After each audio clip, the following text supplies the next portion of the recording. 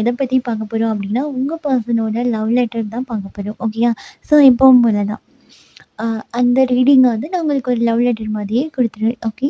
So அதுக்கு முன்னாடி உங்களுக்கு பர்சனல் ரீடிங் வேணும் அப்டின்னா, மேல இருக்க WhatsApp இல்லன்னா Instagramக்கு டிஎம் பண்ணி பர்சனல் ரீடிங் வந்து பெற்றுக்கொள்ளுங்க.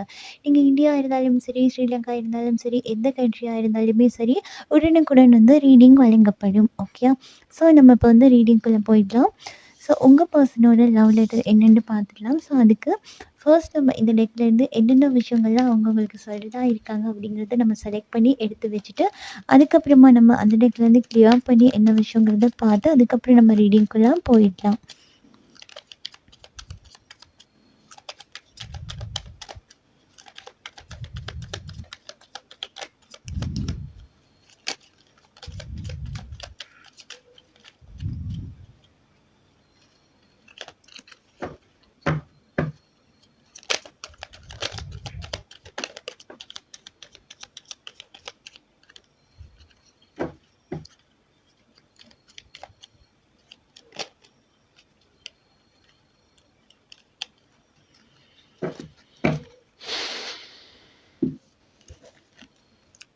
ஸோ நம்ம கார்ட்ஸ்லாம் எடுத்து வச்சுப்போம்.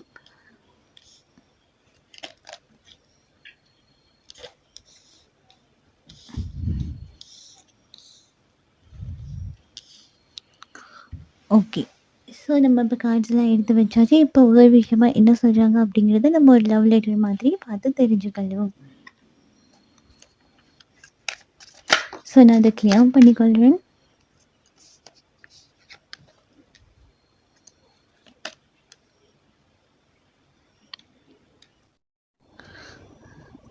ஹாய். நம்ம ரிலேஷன்ஷிப்பில் வந்து கண்டிப்பாக இந்த தேர்ட் பார்ட்டி அப்படிங்கிற ஒரு விஷயத்த நான் நம்பி வந்திருக்க கூடாதோ அப்படிங்கிறது எனக்கு இப்போ தான் தோணுது. ஏன் அப்படின்னா, நான் இருக்கும்போது நினச்சேன் இந்த தேர்ட் பார்ட்டி கூட இருந்தால் லைஃப் ரொம்ப அழகா இருக்கும். ஸோ நல்லா எடுத்துகிட்டு போகலாம் அப்படின்னு எனக்குமே தோணுச்சு. இப்போ எனக்கு மட்டும் கிடையாது.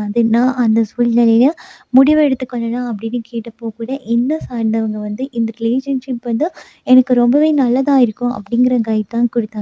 ஆனா, அதில இருந்து பார்க்கும்போது தான் எனக்கு தெரியுது, எவ்வளோ அந்த ரிலேஷன்ஷிப் வந்து என்னைய ஹர்ட் ஆக்கியிருக்கு அப்படி சொல்லி.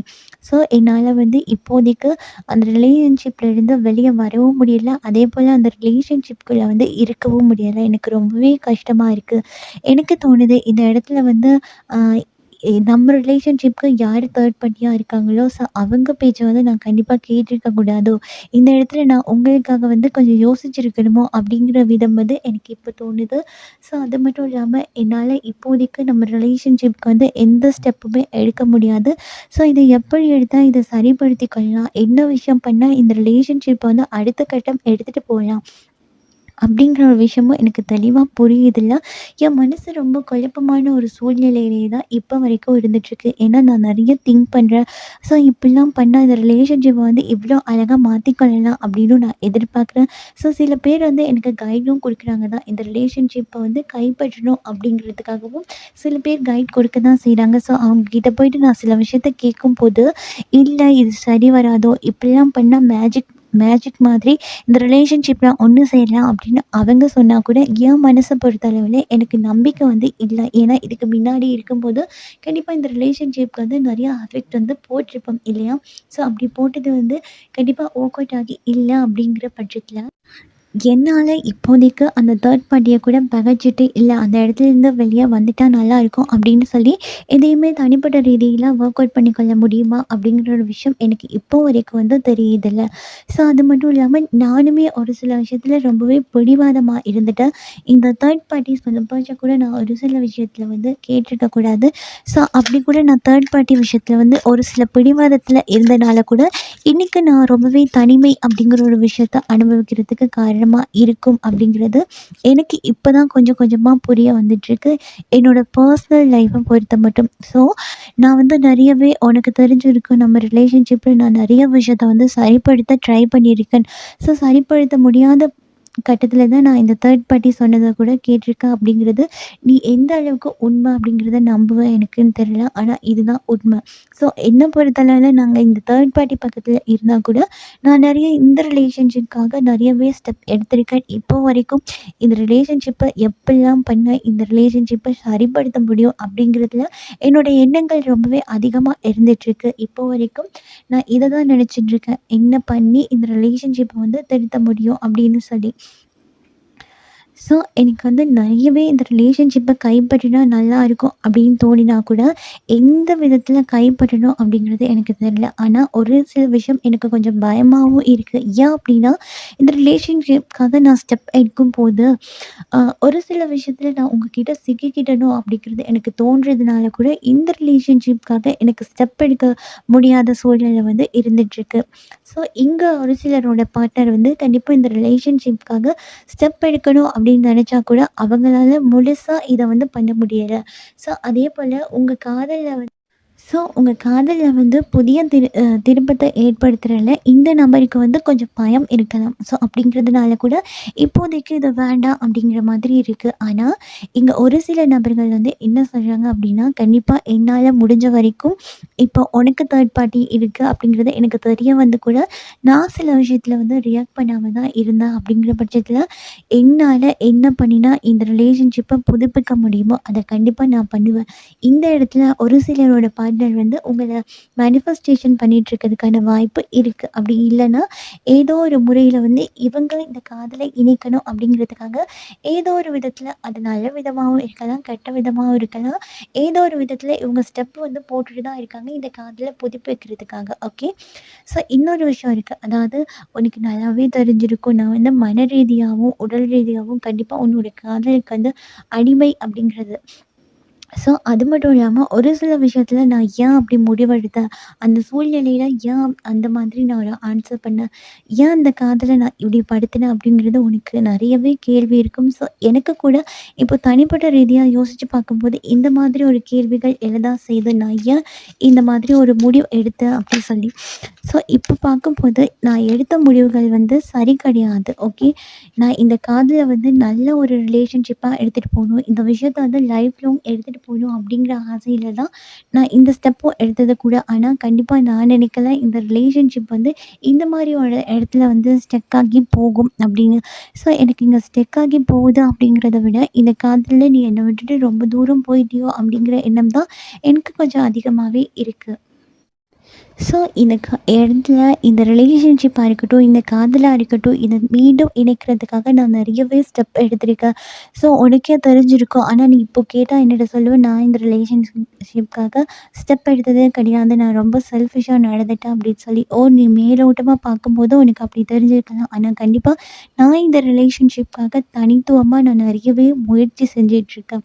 ஸோ, அது மட்டும் இல்லாம, இப்போ கூட இந்த ரிலேஷன்ஷிப் வந்து ஒரு கட்டத்தில நின்னு போயிடுச்சு அப்படிங்கும்போது கூட, இப்போ இந்த ரிலேஷன்ஷிப்ப எப்படி ஒரு குடும்பமா எடுத்துட்டு போ முடியும் அப்படிங்கிறத பத்தி தான் நான் ரொம்ப அதிகமாவே சிந்திச்சுட்ருக்கேன். ஓகே.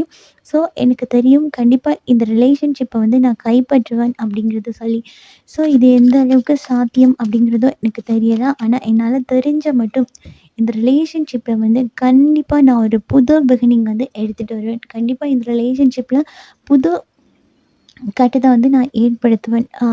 ஸோ ஆனா எனக்காக நீ இந்த இடத்துல பொறுத்துட்ருப்பியா அப்படிங்கிறது எனக்கு சுத்தமா தெரியல. ஆனா நான் வந்து கண்டிப்பா இந்த இடத்துல உனக்காக ஸ்டெப் வந்து கண்டிப்பா போடுவேன்.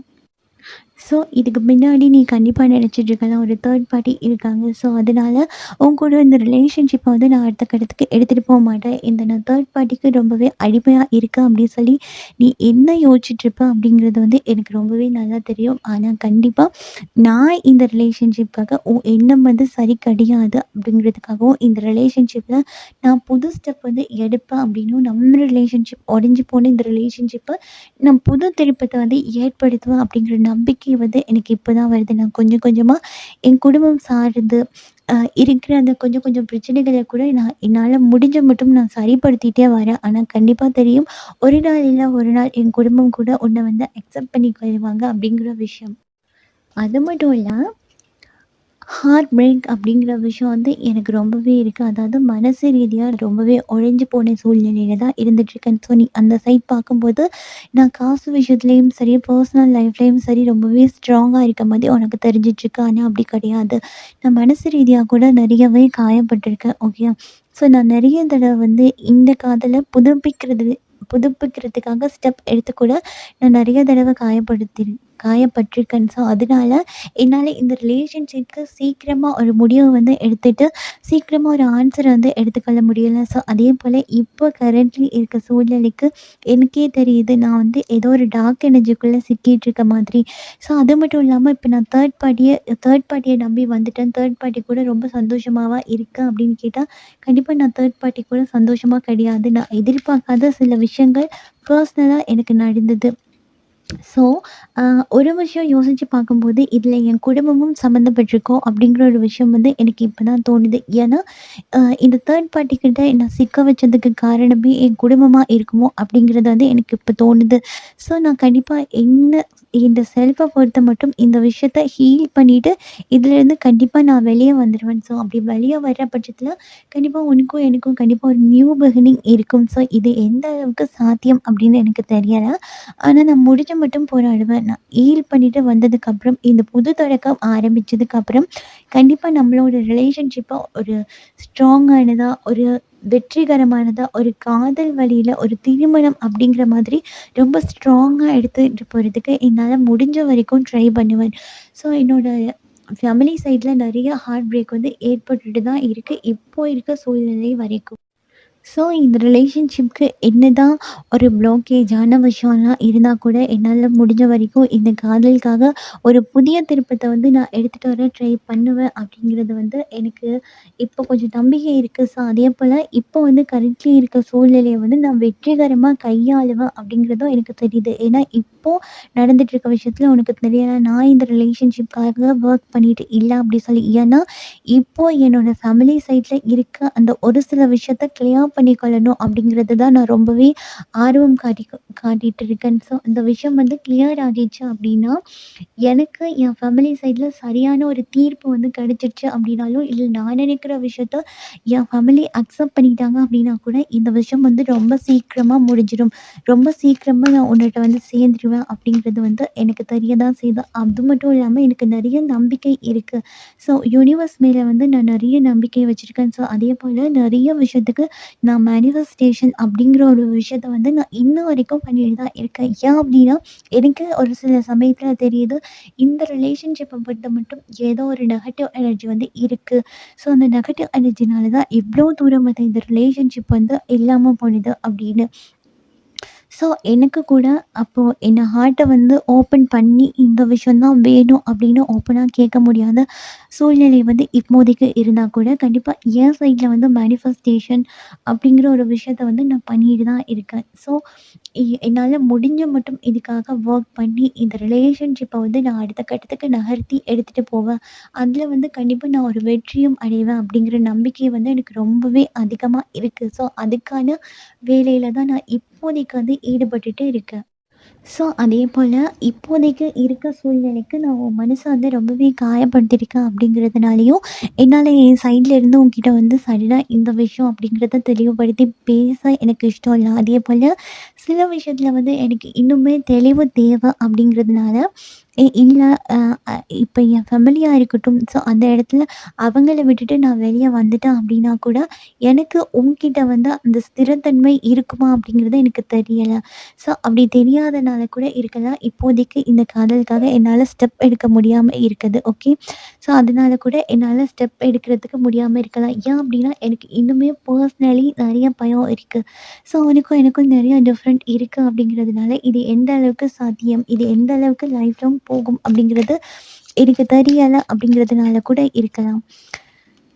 ஸோ, ஒரு சில விஷயத்த வந்து நான் தெளிவுபடுத்திக்கணும் அப்படின்னு இப்போ வரைக்கும் நினச்சிட்டு தான் இருக்கேன். ஸோ, அப்படிங்கிற தெளிவு வந்து எனக்கு தெளிவா கிடைக்குது அப்படிங்கிற பட்சத்தில தான் என்னால எந்த முடிவுமே எடுக்க முடியும். ஸோ, ஒரு சில விஷயத்தில எனக்கு தெளிவு இல்ல அப்படிங்கிற பட்சத்தில தான் நான் கூட இதுக்கு வேகமான முயற்சி செய்யாம, ஓகே இப்போதைக்கு என்ன நடந்தாலும் பரவால்ல, மெதுவா இத பார்த்துக்கொள்ளலாம் அப்படின்னு சில விஷயத்தில ரொம்பவே பொறுமை காத்துட்ருக்கேன். ஸோ அதே போல அ சில நேரம் வந்து நானே யோசிக்க தான் செய்றேன். இந்த விஷயத்த வந்து ஓப்பனா உன்கிட்ட கேட்டுடலாம். ஓப்பனா இதுக்கான தீர்மானத்த வாங்கிடலாம் அப்படின்னு சொல்லி. ஸோ நான் ஒரு மெசேஜோ, ஒரு லெட்டரோ உனக்கு குடுக்கணும் அப்படின்னு கடைசி நேரம் வர வந்தா கூட, ஏதோ ஒரு விஷயத்துல இந்த விஷயம் வந்து ஸ்டாப் ஆகி போயிடுது. என்னால அவ்வளோ ஸ்ட்ராங்கா வந்து இந்த விஷயத்த கேட்குறதும், இல்ல இதுக்காக ஃபைட் பண்றதும் அப்படிங்கிறது என்னால பண்ண முடியல. ஏன் அப்படிங்கிற விஷயமும் எனக்கு தெரியல. ஸோ ஆ ஒரு வேளை இந்த காதலுக்கு வந்து நான் தகுதி இல்லையோ! அப்படிங்கிற மாதிரியும் எனக்கு சில சந்தர்ப்பத்தில தோண தான் செய்யுது. ஸோ உனக்கு வந்து பர்சனலி தெரிஞ்சிருக்கலாம். நான் சில விஷயத்தில வந்து ஆ எஸ்கேப் ஆகிட்டேன் அப்படிங்கிற ஒரு விஷயம் நான் கண்டிப்பா எஸ்கேப் ஆக கிடையாது. ஒரு சில விஷயத்த சரிப்படுத்தலாம் அப்படின்னு தான் நான் இந்த இடத்துல இருந்து நகர்ந்து வந்தனே தவிர, எஸ்கேப் ஆகி விட்டுட்டு ஓடி வந்தேன் அப்படிலாம் எதுவும் கிடையாது. ஆனா எனக்கு சில நேரம் தோணுது, இந்த காதலுக்கு நான் தகுதி இல்லையோ, இந்த ஏற்றத்தாழ்வுகள் அப்படிங்கிறது உனக்கும் எனக்கும் நிறைய இருக்கு. உனக்கும் எனக்கும் நிறைய வித்தியாசம் இருக்கு அப்படிங்கிறதுனால, என்ன பொறுத்தளவுல இந்த ரிலேஷன்ஷிப்ப அடுத்த கட்டத்துக்கு எடுத்துட்டு போ முடியுமோ, முடியாதோ அப்படிங்கிறதுல அ கொஞ்சம் குழப்பம் இருக்கு அப்படிங்கிறதுனால, சில சமயம் வந்து அ இதுக்காக நான் காத்துட்டு இருக்கிறது சரியா? இல்ல இந்த ரிலேஷன்ஷிப்காக நான் அடுத்த கட்டத்த நகர்த்தி எடுத்துட்டு போறதுக்கு முடியுமா? அப்படிங்கிறது எனக்கு கொஞ்சம் இங்க தெளிவில்லாம தான் இருக்கு. ஏன்னா உனக்கே தெரிஞ்சிருக்கும் பர்சனலி அ உனக்கும் எனக்கும் நல்ல ஒரு ரிலேஷன்ஷிப் இருந்தது. ஒரு குடும்பம் இருந்தது. நெறைய ட்ரீம்ஸ் இருந்தது. பேபீஸ் இருந்தாங்க அப்படின்னு நெறைய கற்பனை அப்பல்லாம் இருந்தது. ஸோ அவ்ளோ விஷயத்தையும் நான் விட்டுட்டு போறேன் அப்படின்னா, இது ஒரு சாதாரணமான விஷயம் இல்ல அப்படிங்கிறத நீ கொஞ்சம் புரிஞ்சுக்கணும். அப்போ பர்சனலி எனக்கு என்ன இஷ்யூ இருக்கு அப்படிங்கிறத நீ தெரிஞ்சுக்கணும் அப்படிங்கிறதுக்காக வேண்டி தான் என் மனசுக்குள்ள அந்த மாதிரி எண்ணங்கள் தான் இப்போ வரைக்கும் வந்து ஓடிட்டுருக்கு. ஸோ நெறைய விஷயத்துல அம் நெறைய இடத்துல நான் வந்து மனசோர்வு வந்து நெறைய விஷயத்துக்கு அடைஞ்சிருக்கேன். ஸோ என்னால சில விஷயத்துல வந்து நான் வேடிக்கையா எடுத்துட்டேன். ஸோ இந்த விஷயத்த ரொம்ப ஈஸியா எடுத்துட்டேனோ அப்படிங்கிறது எனக்கு தோணுது. நான் சில விஷயங்கள வந்து ஈஸியா எடுத்துட்டு தான் இந்த ரிலேஷன்ஷிப்க்கு இவ்வளோ ஒரு பெரிய பாதகமா வந்திருக்கா அப்படிங்கிறத கூட எனக்கு இப்போ தான் புரிஞ்சிட்டுருக்கு. ஓகே. ஸோ சில விஷயங்கள் நான் உன்ன காயப்படுத்துற மாதிரி இருந்தா கூட ஐ அம் ரியலி சாரி. ஆனா கண்டிப்பா நான் ஒரு விஷயத்துக்காக ஸ்டெப் எடுத்துட்டு கண்டிப்பா உன்கிட்ட வந்து சேருவேன் அப்படிங்கிற நம்பிக்கை வந்து எனக்கு ரொம்பவே அதிகமா இருக்கு அப்படிங்கிறதுனாலயும் ஸோ யார் இந்த இடத்துல என்ன வந்து ஒரு கண்ட்ரோல்குள்ள வச்சிருந்தாலும் சரி, அத்தனை தடைகளையும் தகர்த்து ஆ வெளிய வந்துருவேன் அப்படிங்கிறத வந்து அ எனக்கே இப்ப தான் கொஞ்சம் கொஞ்சமா என்ன நான் ஸ்ட்ராங் பண்ணிட்டுருக்கேன். ஏன்னா இந்த இடத்துல நான் தேர்ட் பார்ட்டிக்கு வந்து ரொம்பயே அடிமையா இருக்கேன் அப்படிங்கிற பட்சமா இருந்தாலும் சரி, இதுக்கப்புறம் வந்து என்ன வந்து யாருமே தடுக்க முடியாது. கண்டிப்பா இந்த ரிலேஷன்ஷிப்காக நான் சரியான ஒரு தீர்மானத்த வந்து எடுப்பேன். யாருக்காகவும் நான் ஸ்டாப் ஆகி நிக்க மாட்டேன். ஸோ கண்டிப்பா இந்த ரிலேஷன்ஷிப்ல என்னால எவ்ளோ விஷயம் பண்ண முடியுமோ, அத கண்டிப்பாட்டு நான் வருவேன். இதுக்கு முன்னாடி வந்து நெறையா விஷயத்துல வந்து நான் சரியான ஒரு முடிவு எடுக்காதனால, இந்த ரிலேஷன்ஷிப்ப வந்து நான் இழந்துட்டு இருந்தேன். ஆனா, இப்போ வந்து இதுக்கான பிழையான விஷயமா இருந்தாலும் சரி, பிழையான வழியா இருந்தாலும் சரி, கண்டிப்பா உன்கிட்ட வந்து சேர்றது தான் என்னோட வெற்றியா இருக்கும் அப்படிங்கிற பட்சத்துல, நான் உன்கிட்ட வந்து சேர்றதுக்கான எல்லா ஸ்டெப்பும் வந்து எடுப்பேன். ஸோ, உங்க நபர்கள் வந்து தேர்ட் பார்ட்டி கிட்ட அடிமையாகி இருக்காங்க. இல்ல ஏதோ ஒரு விஷயத்துக்காக தேர்ட் பார்ட்டி வந்து அ உங்களோட இருக்க அந்த ரிலேஷன்ஷிப்ப வந்து அடுத்த கட்டத்துக்கு நகர்த்த முடியாம அவங்கள ஒரு ஸ்டக் மூமெண்ட்ல வச்சிருக்காங்க அப்டின்னா, கண்டிப்பா இவங்க வந்து முயற்சி பண்றாங்க அதுலேருந்து வெளிய வரதுக்கு. ஸோ, அதேபோல இந்த வழிகள் அப்டின்னு பார்க்கும்போது இது நல்ல வழியா இருந்தாலும் சரி, கெட்ட வழியா இருந்தாலும் சரி, கண்டிப்பா உங்ககிட்ட வந்து சேர்றது மட்டும் தான் இவங்களோட எண்ணமா இருக்கிற பட்சத்துல ஸோ, இதுக்கப்புறம் வந்து இவங்க பொறுமையா காத்துட்ருப்பாங்க அப்படிங்கிறது எனக்கு இங்க தெரியல. கண்டிப்பா இவங்களுக்கு ஒரு சில விஷயத்துல தெளிவு வேணும் அப்படிங்கிறதுக்காக ஸோ, ஒரு சில விஷயத்துல தெளிவு வேணும் அப்படிங்கிறதுக்காக கண்டிப்பா இதுக்கான தீர்மானத்த எடுத்துட்டு, இதுக்கப்புறம் நிக்காம கண்டிப்பா இந்த ரிலேஷன்ஷிப்காக வழிய கண்டுபிடிச்சு உங்ககிட்ட வந்து சேர்ந்துருவாங்க அப்படிங்கிற மாரி தான் எங்க கார்ட்ஸ் வழியா பார்க்கும்போது எனக்கு தெரியுது. ஸோ, இதுதான் உங்க நபரோட மனசுல இருக்க எண்ணங்கள். ஸோ, உங்க ரிலேஷன்ஷிப்ல வந்து பிளாக் மேஜிக் வந்து இருக்கு. ஸோ, அதனால தான் நீங்க பிரிஞ்சிருக்கீங்க அப்படிங்கிற சந்தர்ப்பத்தில, இது கண்டிப்பா இந்த நபருக்கு வந்து பர்சனலி தெரிஞ்சிருக்கிறதுக்கான வாய்ப்பு இருக்கு. ஸோ, இப்படி பர்சனலா இவங்களுக்கு தெரிஞ்சிருக்கு அப்படிங்கிறதுனால தான் இவங்க வந்து ஈஸியா அதுலேருந்து வெளிய வந்துடணும். எவ்வளோ ட்ரை பண்ணியாவது வெளிய வந்துடணும். சீக்கிரமா வந்து சேர்ந்துரணும் அப்படிங்கிறதுல ரொம்பவுமே ஆர்வமா இருக்காங்க. ஸோ இந்த நபர்கள் சைட்லேருந்து உங்களுக்கு பர்சனலி ஏதாவது நியூஸ் வந்து செய்றதுக்கான வாய்ப்பும் இருக்கு.